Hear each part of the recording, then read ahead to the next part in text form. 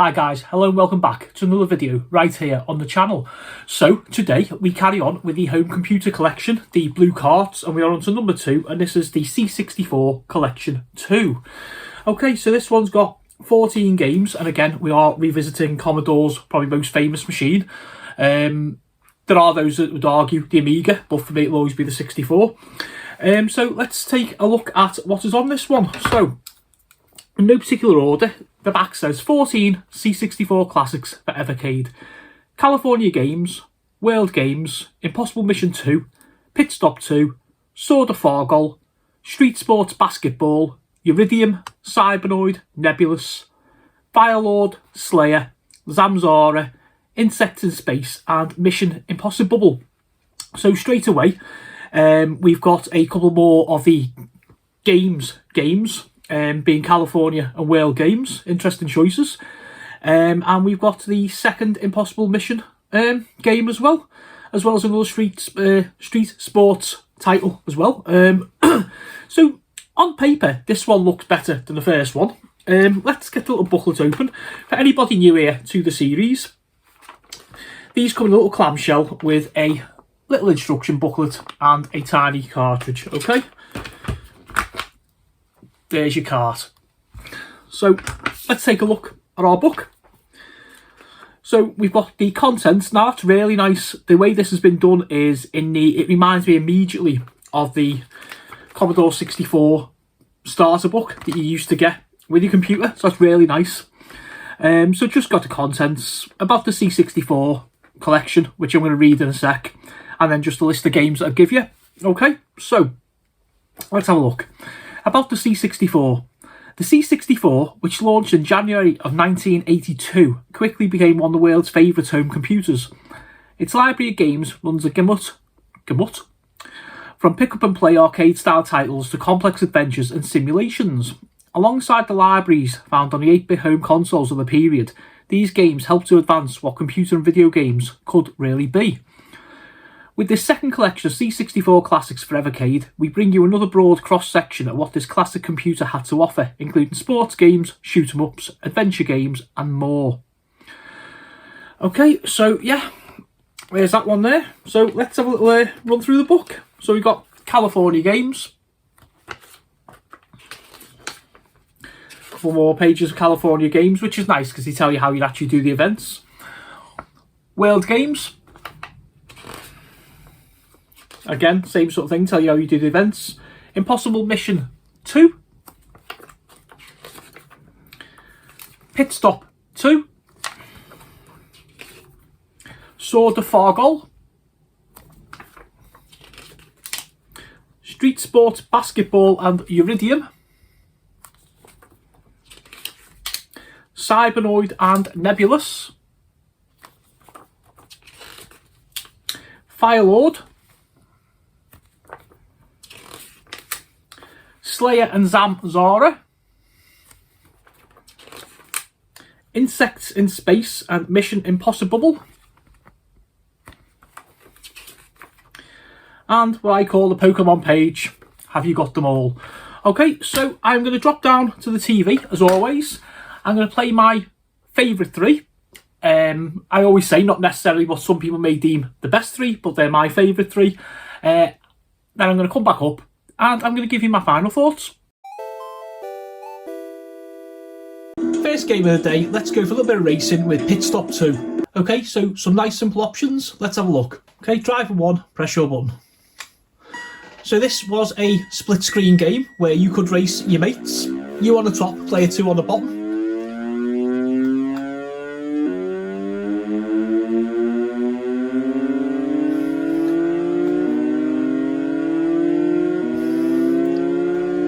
I would say sort of nice engine noises, but it's very, very repetitive after a while, obviously. I'm just going to do one lap for you guys. This is like a 3-lap race, just to give you an idea of how it runs and whatever. Nice and smooth, quite fast to be fair.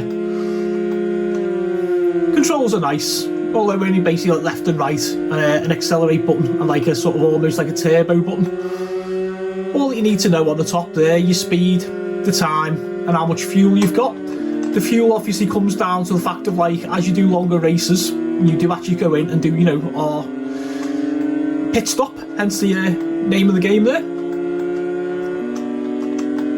But yeah, back in the day, this was quite a fun little game. You know, 2-player head-to-head with your mate, kind of elbowing each other on the couch and stuff as you're there, trying to whiz around them corners. I do have fond memories of this. So yeah, I'm a specky player at heart, but my friend Carl, who I grew up with, he had the C64 and we played them all. Daley Thompson's, Pit Stop, all the classics.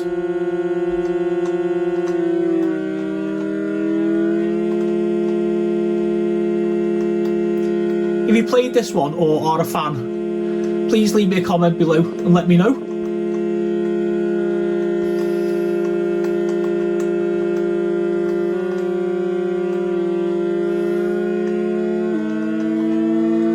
A little bit distracting having that split screen there, because when you're playing against the computer, it's taking your eyes away because you're always looking like where the blue car is, so far behind your ears.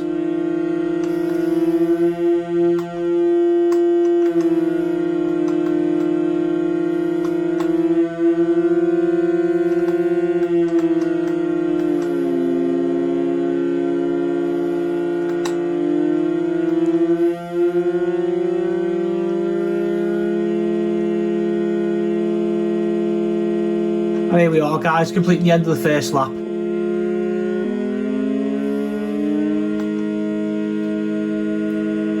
There's your pit lane there to the left. And off we go on to lap 2. I'm going to leave it there and go on to the next game. Second choice of the day, let's go World Games. Okay, so we go straight into a little menu screen. Okay, let's try the weightlifting. Listen to that music, okay? Press button start. Let's select our weight. Let's start 75 kilogram with it just being a little demo for you. Nice little graphics, to be fair. And this is the snatch, if that means anything to anybody in weightlifting terms.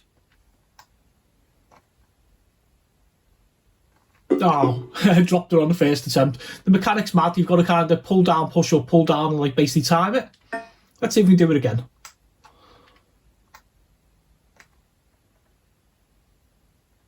No, not quick enough. Let's have another go.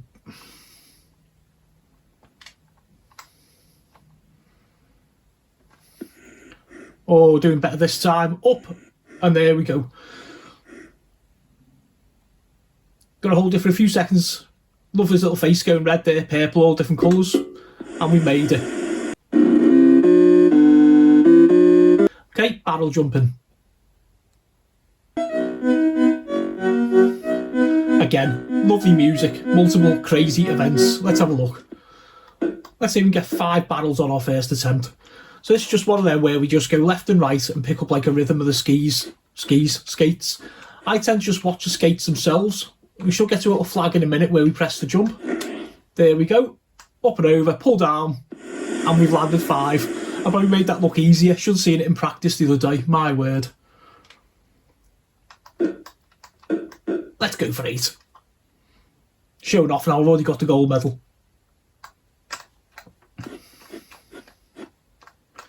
So I probably prefer World Games over like the Summer Games, to be honest. Be World Games, Winter Games, Summer Games in that order for me.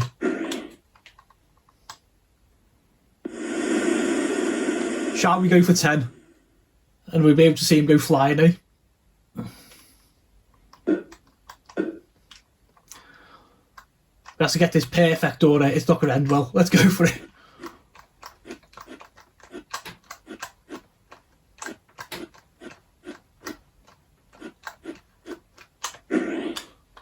Oh, we've done it! Yes! That's a personal best, that, folks, and on camera as well. And the final one, the cliff diving. Okay, so we start off by selecting a height. So we start off the bottom. Let's go about the middle.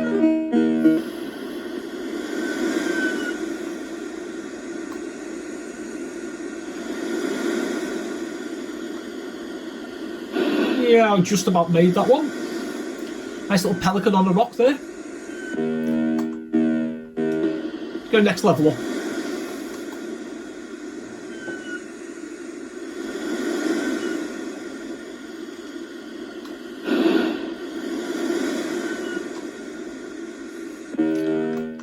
And let's go for the top.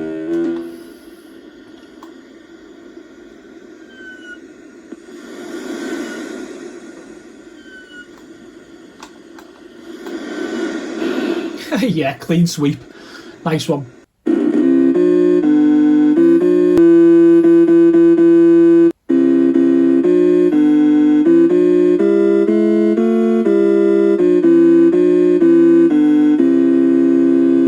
For the last choice, let's go a little bit of Sword of Fargol. Epix presents the Sword of Fargol. So it's just like your little kind of roguelike game where you like walk along, explore the dungeons, having to find the famous Sword of Fargol, fighting monsters, and yeah, let's just go for it. Healing Potions 1, Teleport 1. Anybody a fan of these kind of games? Your quest begins. So I'm not sure whether these are actually random generated dungeons or not. So your controls are basically up, down, left and right. You've got your potions on your face buttons and shoulder buttons.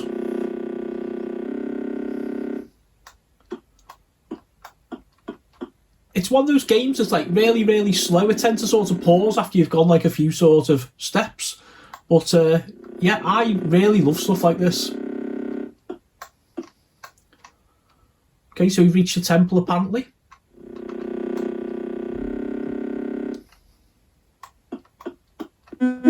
A weak werebear. So this is how the combat basically works. You walk into something and you don't actually sort of hit it yourself a la Zelda. It just sort of works out what your strength is and it just does it itself.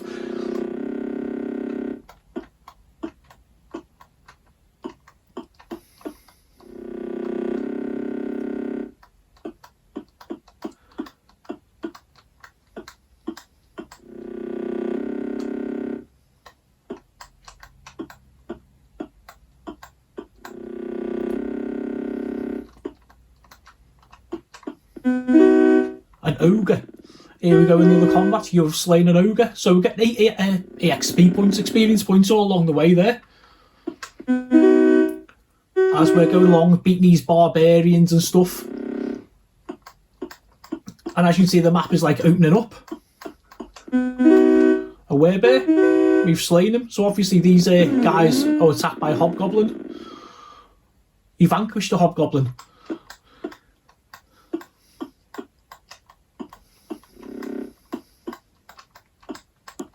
So within this maze, we do have the Sword of Fargol. It's just going to be finding it and keeping ourselves alive in the process.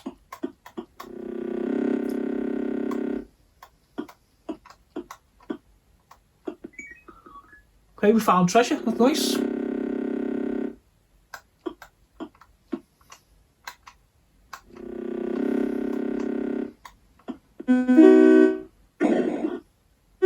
We've slain another weak hobgoblin.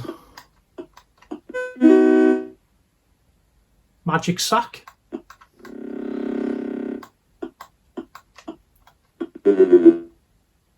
Okay, stairs going down. Here's some enemies, a barbarian. Slain him. Do really well here, 155 experience points.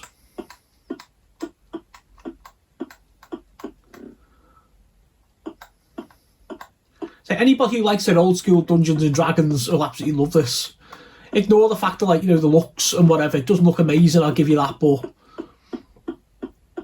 trust me guys, there is a game in here. Treasure.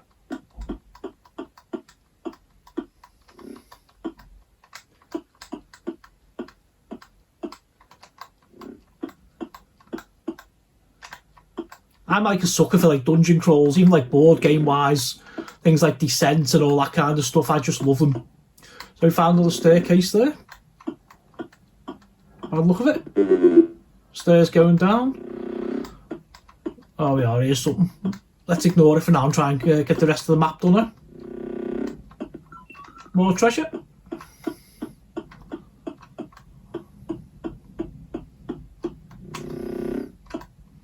Doesn't want to go away, less this guy, does he? Oh, let's fight him. A gargoyle.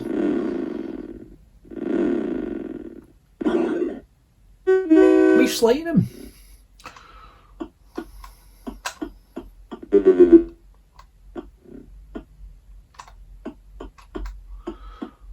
Okay, let's have a look and see what happens when we go down the stairs. Experience points, level 1. Your quest continues.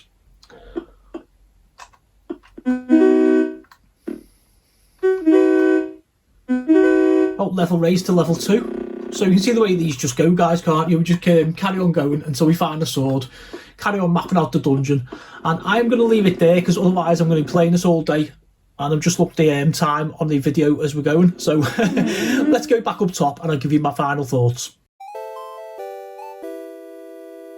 Okay guys, welcome back. So what are my final thoughts of the second C64 collection? Initially, I think it's better than the first. I was a little disappointed to see like sort of Impossible Mission 2 and stuff like that sort of put on there. I'm not... Do you know what? These things are subjective, aren't they? And when the day arrives that we're going to get the ZX Spectrum collection, I'm going to be even more critical. It's, you know, it's somebody's choice, isn't it? And I'm sure there's like licensing deals and all that kind of stuff behind it that warrants what goes on these cards and what doesn't. For me, when I first seen it announced, I was happy. There was stuff like some standout games on there. I was like, oh yeah, okay, I do fancy that. But then upon, you know, the proof is in the pudding, isn't it? And upon gameplay, yeah, I tell you what, let me get my specs back on. I'm going to run down. I'm going to show you my notes here, okay? And I'm just going to give you basically my thought processes on each and every one of them, okay? So California Games, good version, playable events, fun with practice. Yes, it is. California Games is one of those unusual ones, isn't it? It's been around on everything. I think I sort of done it on the Atari Lynx as well. And if memory serves me correctly, it was one of my choices for the Atari Lynx card. It's done really, really well here. If you're a fan of like the California Games, I'd say don't look beyond this one, to be fair. It's like all these like events-based games, you know, a little bit of practice makes perfect, and they're more fun with a few beers and your friends around, really, to be fair. Cybernoid, yeah, hard as nails shooter. The music's good. Well, no, it's not good, it's brilliant. It's a nice little game as well. I found Cybernoid on the Spectrum. Those of you who watch these C64 things and all that kind of thing know, like, you know, where I am a Spectrum fan, I'll be honest. But Cybernoid carries over well on a 64, it really does. Tricky as hell, like as hard as nails it is. But it's one of them games, just one more go, you know. Firelord, very, very similar in style, graphically, to Saberwolf on the Specky. Really, really reminded me of that. I found it confusing though, you know, you're wandering around doing like what doesn't appear to be a lot. You're collecting stuff, but yeah, I'm sorry guys, it's not what just wasn't for me. Impossible Mission 2, I don't see why it's put on here. I really don't. The first game, in my opinion, was much better. This is more of the same. I think the game must obviously be like a bit bigger and things like that, but not really an exciting game on there for me. Insects in Space. I put down lightning fast defender clone, decent shooter. Yes, it is. I still prefer defender. I can see what they tried to do, and I'm not sure whether it's the emulation on Evercade or whether it was the actual games. I never played it back in the day as to how fast it is, but it seems like a lot faster than like the arcade version of Defender, which would make me wonder, but hey ho. Nice little game if you love your Defender clones. Mission Impossible. Yeah, it's an isometric little puzzle game, and it's quite good fun, to be fair. It's like you kind of like got to learn the levels, and you're going along and like collecting like I think like little bits of key cards you look like, and you're going through teleporters, and yeah, it's all right. You know, it's quirky enough, and to be honest with you, it nearly made the top 3. It really did. But yeah, it's worth a go. It's one of them. Learn it, play it, love it. And you know what? You probably will enjoy it. It could be like a sleeper hit on the cartridge, to be honest. Nebulous. What can I say about Nebulous? Again, another game that nearly made the cut. Absolutely lovely. Extreme frustration factor is what I'd say. You're like this little creature and you kind of go along like a rotating tower and going in and out of doors, and the idea is you've got like about, I think it's like 90 seconds to get like from the bottom of the tower to the top, and you've got like little baddies on the side trying to like knock you down, and it's like a one-touch kill and all this sort of thing. 2 things that kept it off. 1, how frustrating it was, and 2, it would have been an absolute bugger to film because I'd have been there going, ah! So yeah, Nebulous, well worth it with the cartridge. Pit Stop 2, you've already seen. Slayer, horizontal shooter, tricky as, and I put my own expletive in there, beginning with an F. Wasn't for me, it really wasn't. It was one of those games that, like, the old school shooters more so I find, if you look at, like, say, Project X or something like that, they are notoriously hard but fair. This one just didn't seem it, and it just didn't work for me. Street Sport Basketball. I'm a massive fan of American sports. I wasn't that fussed on the Street Sports Baseball. I think it was on the first one there, yeah. Street Sports Basketball is better. It's slow, obviously. You know, we're talking 8-bit gaming here. There's a little game in there for 10 minutes. Again, if you got your mates round and you have like a bit of a gaming night or something, I'd say, you know, give it a crack. It's you know, it's not the worst. It's not like an NBA Jam, but you know, it's all right. Sword of Fargo, you've already seen. Iridium. This one really split me. You know, like when you have like rose tinted specs and you're thinking, that was amazing. And for back in the day, it was. For me, it just doesn't hold up to these days. A very, very unique shooter. You're sort of flying across like a dreadnought ship, and you're in like your ship, and it's horizontal. You're going like left to right, and the graphics are nice. You can kind of flip your ship and stuff. And I think the idea is to basically shoot all the baddies on that level. And yeah, nice music. Back in the day, it was amazing for me personally, and there probably are C64 fans out there screaming at me now, you know, or comments. That's what they're for. Yeah, Iridium just didn't do for me this time round. World Games, you've seen. And Zamzara, average platformer, tricky and needs a lot of practice, is what I basically put. It just wasn't for me. So, I mean, overall now, I've given you like my rundown of the games. I won't bore you with the scores and stuff like that. But you've seen what I thought were the best. Pit Stop 2, Sword of Fargo, and World Games. That could, on another day, change. 14 games on this one. For me, there's over a good half of them that I'll sit there and spend like an evening playing. So I would recommend this cartridge. I'd say it's a lot better than the first one, but I don't think it's as good as the new one, which has just been released recently, the C64 Collection 3. So yeah, probably right for number 2. 1 being not great, 3 being good. Number 2 in the middle, sitting there on the fence, which is, I think, where I am on this one.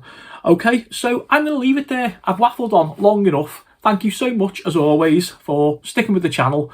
And I shall see you again next time for another cartridge review.